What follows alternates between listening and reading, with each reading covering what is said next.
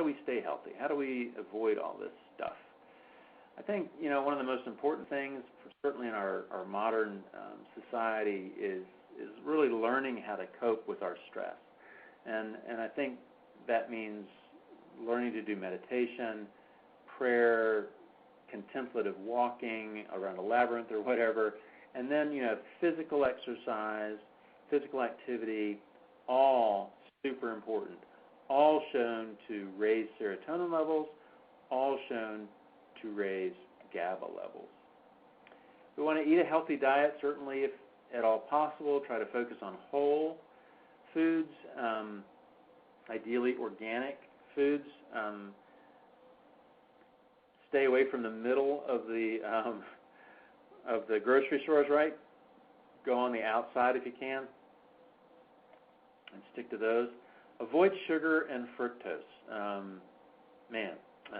I guess if I could suggest one thing that we do, really, really try to cut the sugar out of our diets. Get your antioxidants from fruit, I would say. Not so many pills, maybe. But, those brightly colored foods, the green peppers and red peppers and pomegranates and all those blueberries and berries and all those beautifully deep, richly flavored and colored foods. That's what we want to eat. And then, optimizing your gut flora. I think I've made that point tonight. I hope you guys got that. And one way to do that, more so than taking bunches and bunches of probiotics, which are fine to do, but if you regularly eat fermented foods, tempeh, kimchi, all kinds of vegetables. I personally can't do the fermented meat. That's just nasty to me. But there's certainly a lot of fermented vegetables that are available and are excellent for your health. Optimize your vitamin D levels. 15 minutes of sunshine, good. But I think also supplementing whatever you need to keep your vitamin D levels between 50 and 80, I would say. Remember that vitamin D influences the expression of more than 913 genes. Okay, two things, right? Cut down on sugar and optimize your vitamin D levels if we're going to simplify. Animal-based omega-3 fats. Correcting this ratio of omega-3s to omega-6 really seems to be a strong factor in helping you live longer. Again, what's your brain made out of? Your brain's made out of cholesterol and fat and lipoproteins. If we don't have the right types of fats, and certainly over the last 40, 50, 60 years in this country, our high-quality omega-3 fats have really gone down because, most of us don't eat grass-fed beef or free-ranging chickens, and or we tend to eat more farm-raised fish and those sorts of things. All of those things affect the levels and the quality of the omega-3s in those foods that we eat. Then coconut oil. Lauric acid. Looks like it may be a real key to a lot of these degenerative neurological diseases like Lou Gehrig's and ALS and even Alzheimer's. Many people talk about Alzheimer's disease being diabetes type 3 because of the insulin resistance actually in the brain and getting glucose into the brain, that the insulin resistance can affect us there.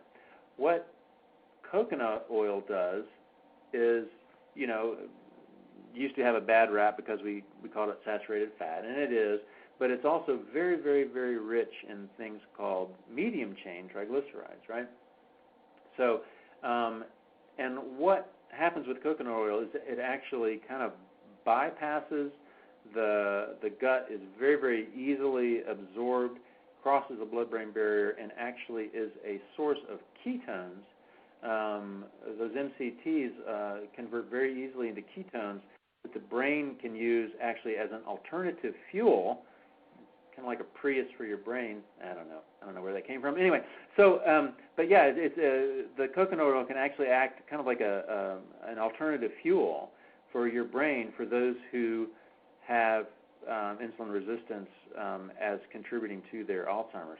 And there have actually been some case studies of some really impressive changes with folks who changed over to coconut oil.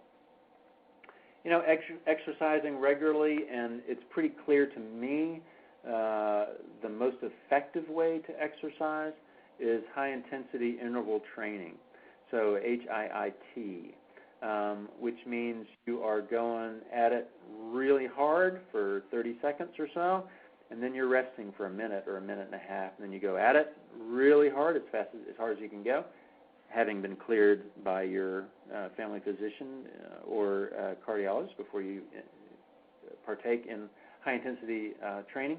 But it really does seem to do a great job of giving us what we need in a relatively shorter period of time. So high-intensity training. The other thing that I've been doing quite a bit of reading about recently is intermittent fasting. There's a lot of benefits to it in terms of normalizing insulin sensitivity, normalizing ghrelin levels, promoting HGH production, lowering triglycerides, and reducing inflammation. So you can do this. There's a diet called the 5-2 diet that I've suggested a number of patients try. It's where you're basically fasting, very low-calorie diet 2 days a week, and then eating pretty regularly the other 5 days. The other way to do it is really intermittent fasting, limiting your food intake from, say, 10 to 6 or 11 to 7, and just eating between 11 and 7, and then letting your body rest for those 16 hours. So that's intermittent fasting. Get the right amount of sleep. Remember, too, that sleep is very, very important for keeping your levels of ghrelin normal, which is the hunger hormone. And for goodness sake, stay away from the doctor. The doctor will give you prescriptions. And prescriptions have now surpassed car accidents as the leading cause of accidental death in the United States. Holy Toledo. Yeah,